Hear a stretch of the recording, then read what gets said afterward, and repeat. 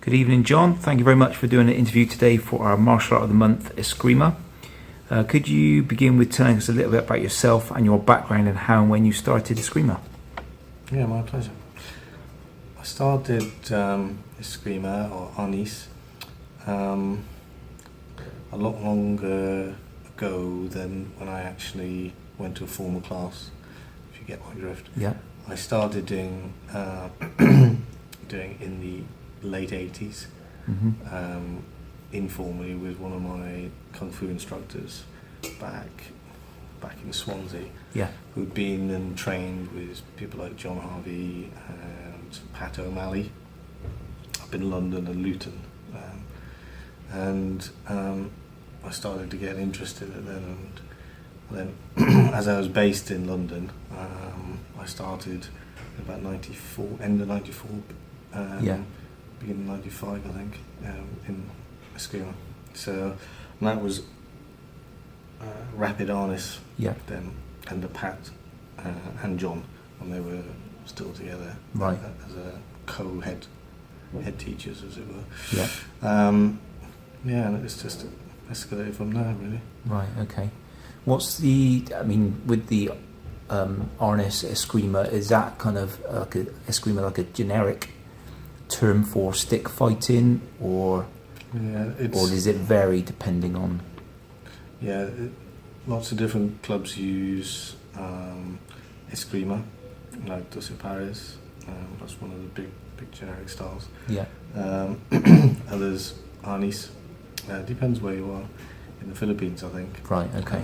Arnis is more common, so I'm led to believe, in the Visayans, so places like Cebu.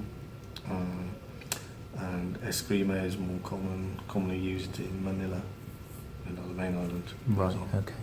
So, and then you get other places like Mindanao. Sometimes they use the term Kali. Yeah. But Kali is more commonly used in America for some reason. Right. Okay. Yeah. Right. Have you studied any other martial arts? If so, how has it affected you, and would you recommend it? Okay. Well, I started martial arts when I was about 7 or 8. Yeah. So it's about nearly 42 years ago now. The original art I did was judo. Yeah. Back in Swansea, Mm-hmm. where I'm from, and did that for a short while, less than a year, and then I went on to do Wadaru karate Yeah. under Udall Wellington, Mm-hmm. and again less than a year. And they never, for me personally, they didn't appeal greatly to me, but enjoyed them. Okay. And then when I was 12, I started Kung Fu called Feng Shao, under Chi Su, Grandmaster Chi Su, and I did that all the way through, and I've never stopped martial arts. Right. Okay. From 12 years old, really. Fantastic. So. Did you find a lot of the skills you learnt in judo and wadaru and kung fu transferable, or did you have to learn new techniques in regards to stick fighting? Yeah, the reason I started the Arnis, or the stick fighting, was the kung fu system was the judo system certainly didn't cover any, at the level I was at, any weapon work. No. And the karate certainly wouldn't until I would have gone black belt or maybe Right. beyond. Yeah. And Filipino stuff is taught the other way around. They teach weapons first, generally, Right. Okay. Yeah. and then empty hands later on. Yeah. We mix it in the class Yeah. from early on, but the principle behind that is basically, if you get attacked by a weapon, Yeah. which is quite common Yeah. out Yeah. in the Philippines, Yeah. or it used to be, Yeah.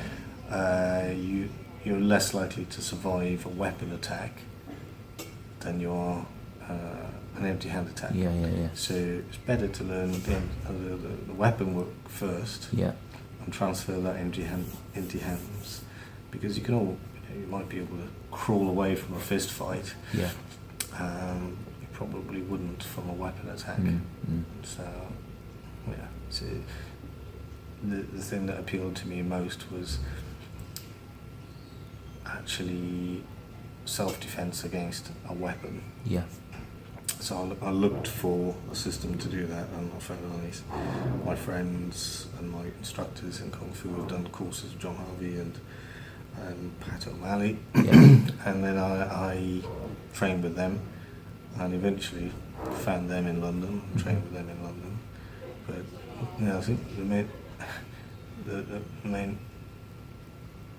the starting point was, I suppose, in fact, you pick up a weapon like a 28-inch rattan stick, and your coordination isn't great with it. You think, well, back to beginner, which is great. Everyone should really do something that puts them back in the equivalent of a white belt. And I quite enjoyed that. And I think because I did a fair few different martial arts, like you included, my coordination was quite good, and I could juggle as well. Which so you sort of surprisingly useful in. So you find yourself picking it up, Arnis, sort of very, very quickly then? I did, yeah.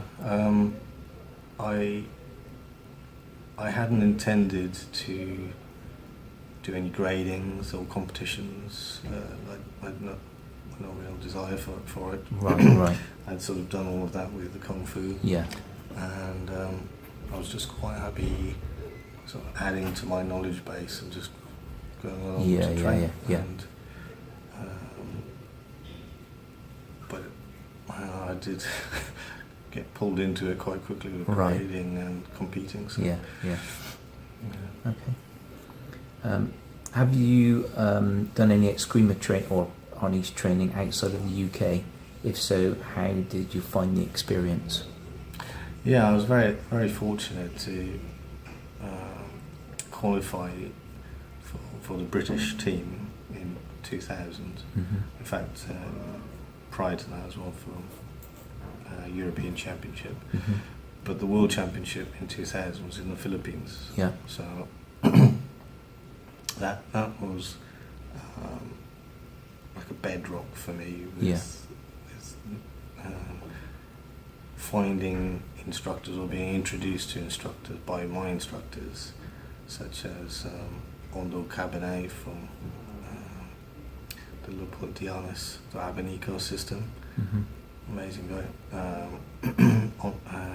Juni Cañete from the Doce Pares multi-style system, and quite a few others like Nick Elizar, who was then in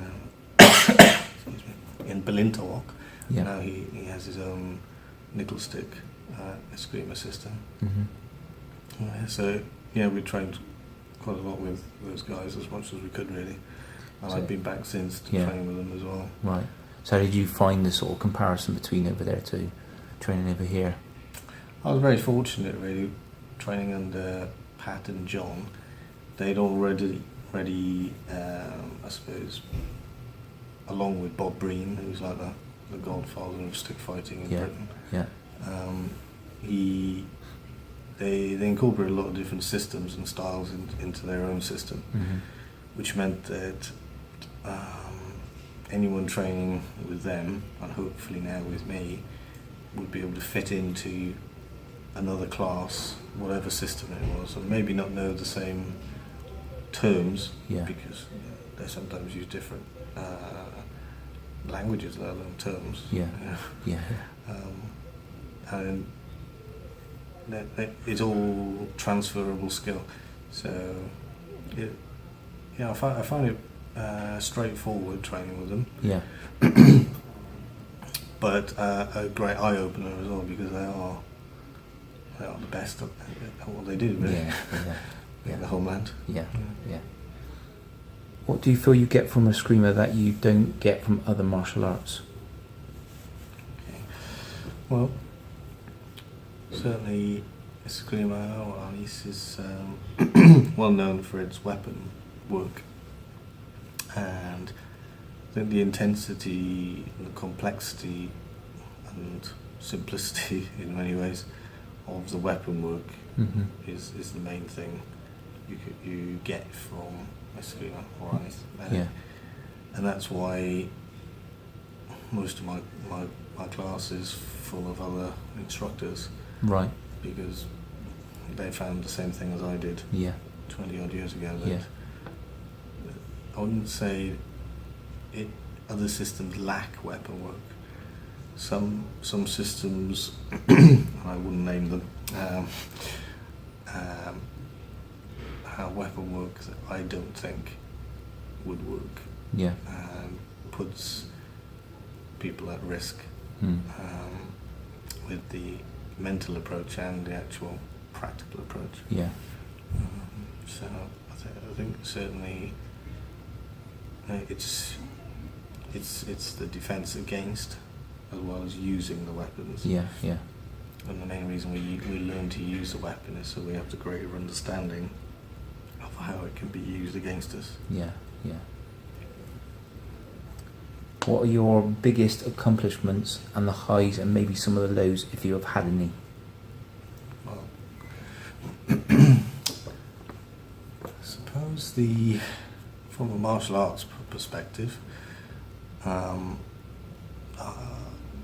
the highs include, I think they all come from my students really. Through the club we've had 11 world champions. I can't even count how many British champions or British championships individuals have won. Several of the club members have won British, European and world titles. Fantastic. And limited armour titles where with the weapon work we don't do it very often, but it is quite damaging for a body. But limited armour is where you use a live stick, right? With just a helmet and a pair of gloves and a groin guard. Yeah. And we've had several champions that way as well. Yeah. So I suppose those are the highs. I mean, I've won British, European, and world titles myself as well. But I think seeing my students do it, getting their black belts, and well-earned black belts as well. Yeah. That's been the thing that stands out for me. Yeah. Yeah. What would you say is the biggest positive influence Arnis, Escrima or martial arts has had upon you?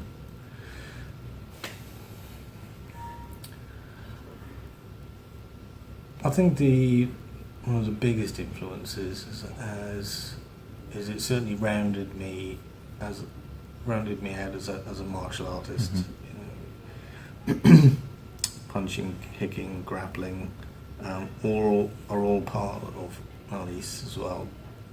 But my martial arts, certainly not everyone's, but my martial arts lacked ability to use and counter weapons. Yeah. It gave me an added respect for anyone that picked anything else up. Yeah. Whereas in many ways, as a martial artist, I had an unrealistic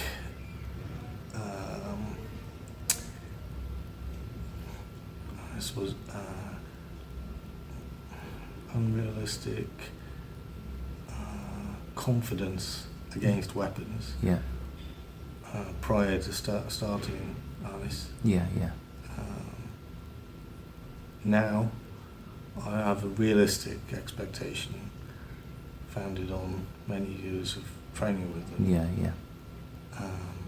A much better chance of dealing with them. But I understand that as well, that it hedges your bets against a person with a weapon, especially a bladed weapon. Can you tell us about what keeps you interested in Escrima after all these years? Yeah, that's a good one.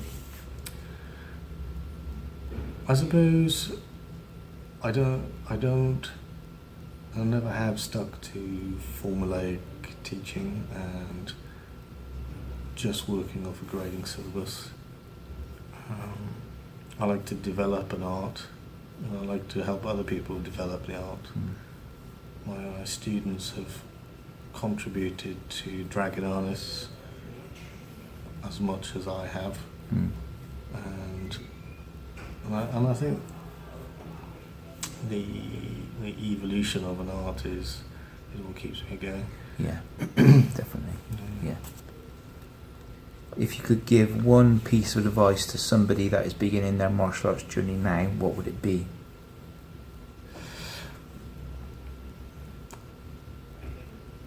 Go along and watch a class. If you don't like the instructor, and you don't respect the instructor, or you feel that the instructor doesn't respect his students, walk away. Find someone that will respect their students, and they in turn will have a much better chance of respecting them. Yeah. Because it's a relationship like any other. You don't go to your grandmaster and ask for mortgage advice. Yeah. But there are grandmasters and other esteemed practitioners that let things go to their ego and believe that they have a very valid opinion about things that they're not qualified to have opinions upon. So find an instructor that you can respect, and you can quite easily see whether you respect someone in the first 10 minutes of a class. Definitely. Yeah. I'd say. Can you tell us a little bit about your teaching career? I've taught martial arts, Tai Chi, Kung Fu, and the Filipino arts for 30 years. Yeah. Yeah, it must be 30 years. I've always enjoyed teaching, big classes, small classes, seminars.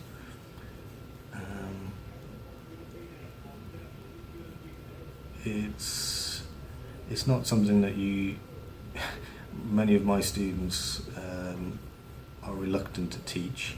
Right. Their own classes. Right. Why do you think that is? They still enjoy coming along and learning, and admittedly, as they progress and become better, the amount of learning that they get back in a class, new experiences, maybe is what will be lower than at the first few years, where you get an overload of information and new techniques. Yeah. And things plateau. So I think you basically want to know about my teaching technique, or not necessarily your technique, but just your overall, what you've kind of done over the years with regards to teaching all the sort of martial arts. Yeah, I've always enjoyed teaching from even on one-to-one basis, private lessons, which I don't really do now, but right. just from time's sake. Yeah.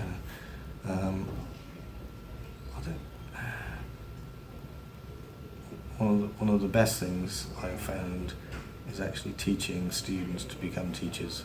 Yeah. Which I never actually received myself, unfortunately. And it's not a failing of my instructors by any means. It's just they didn't teach their students to become teachers. Right. Yeah. It's just a different way. Yeah. A different way. So you mentioned that you got some students that are reluctant to teach, but you've obviously had some students that have gone on to become instructors in their own right. Yeah, absolutely. Yeah. And that's great. Yeah. and so Great feeling. yeah, it is. Yeah. Really good. What are your aims and goals in training and outside of training? Well, one of the more recent goals in the last few years has come to fruition in many ways is to become head coach of the British stick fighting team. The Global Stick and Blade Alliance was formed actually in Las Vegas in 2012. Right. And myself and Damien Mills are the head coaches of the British team, and we've managed to exceed all expectations as a British team, and we've more than doubled the number of gold medals any Wow. British team has ever had at one championship. And the last World Championship in Italy, we had 28 fighters, and the Americans, who were one of the biggest team, they had just over 50. Yeah. We managed to beat them by one medal, which was probably the best achievement we've had to date. Yeah. And we did it with a team that just gelled really well together. Yeah. Helped each other as well, and then fought like demons Yeah. against each other if they were in the final as well. Yeah. But did it with respect, and we won a lot of respect from the other country coaches and the directors of from the federation. Yeah. And I think that was certainly one of the biggest goals, and Brilliant. is to expand upon that. We have Yeah. a World Championship coming up this year in Hawaii, Right. and then the following year should be the Europeans in Poland. Yeah. So we hope to have probably a very big team for the Polish expedition, yeah. but Hawaii, because of the Cost of it, yeah, slightly smaller team. Everyone's self-funded. Yeah. Hawaii is a big ask for most people. Yeah, definitely. So, And what about sort of outside of the martial arts?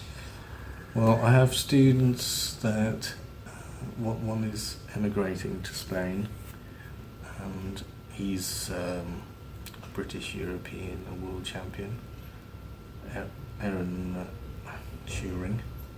He's going to be living in Pamplona. Right.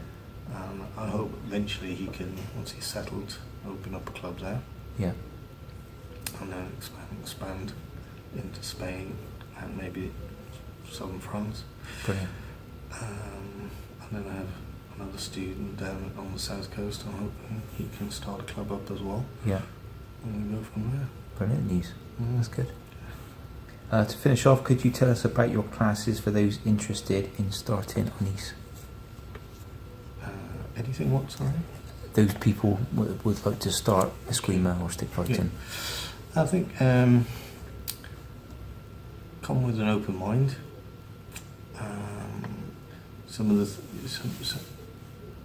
Don't leave what you already know at the door. If you've got a background in karate or taekwondo, there's nothing wrong with what you do. Arnis for me has always been something that blends in very well with a lot of other systems. You adapt and take on board what works for you as a person. And if you've never done a martial art before, expect your mind to be befuddled a little bit with coordination. Yeah. Because even using hands and feet is hard enough when you're a beginner. Yeah.